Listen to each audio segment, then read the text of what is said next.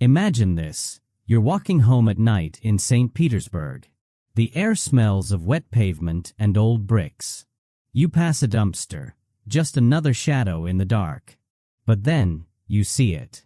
A plastic bag, split open. Something pale inside. A human finger. Then another. And suddenly, you realize, a monster lives here. Not in some alley. Not in a prison cell. But behind the ordinary door of apartment 27, where an old woman is pouring tea, humming to herself, and waiting for her next victim. This is the story of Tamara Samsonova, a woman who defied every stereotype. A grandmother, a translator, a killer who dismembered her victims with the cold precision of a butcher.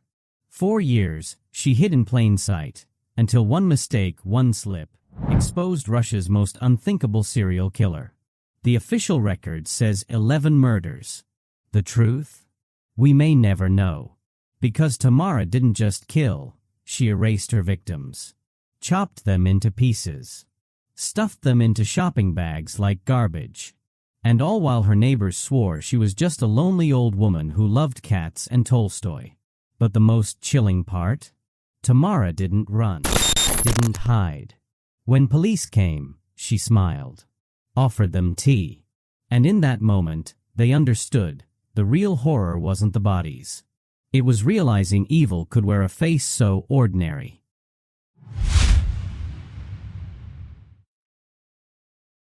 Every monster has an origin.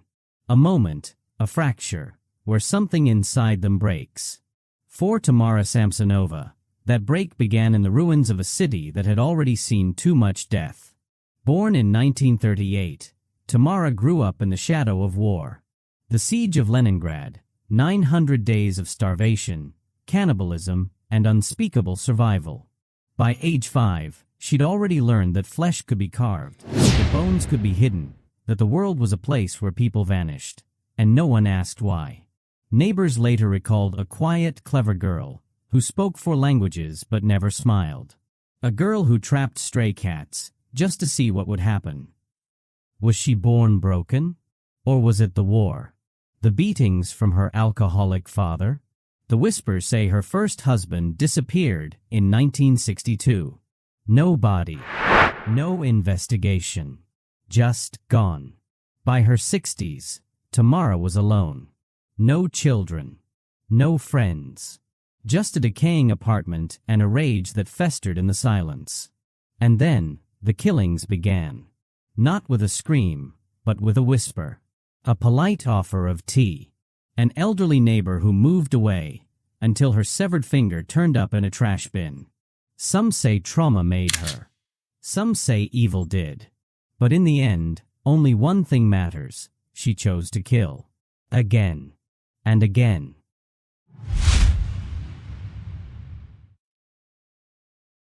And again.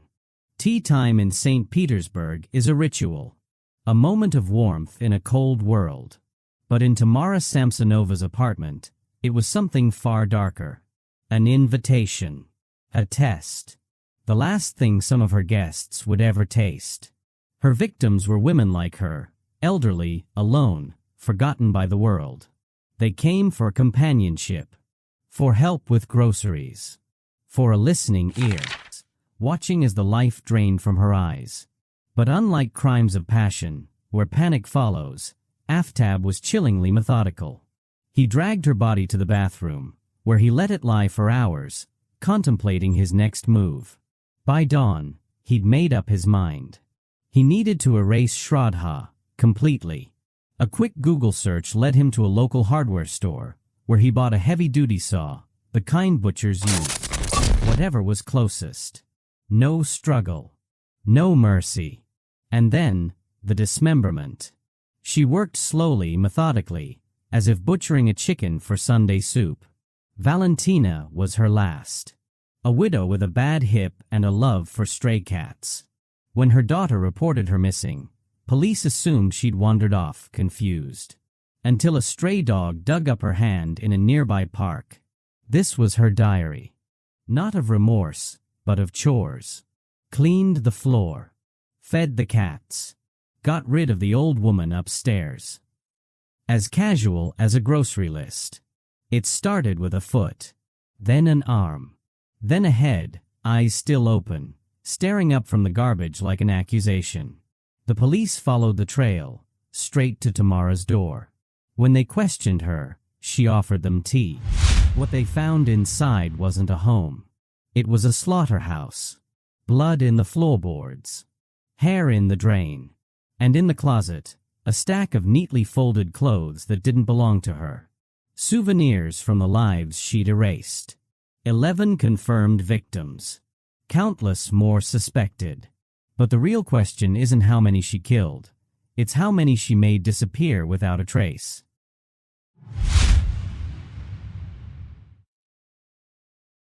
This notebook was Tamara Samsonova's most damning confession. Not just a record of her crimes, but a ledger of death, written in the same hand that poured tea for her victims. And when police finally opened it, they realized they were dealing with something far worse than a killer.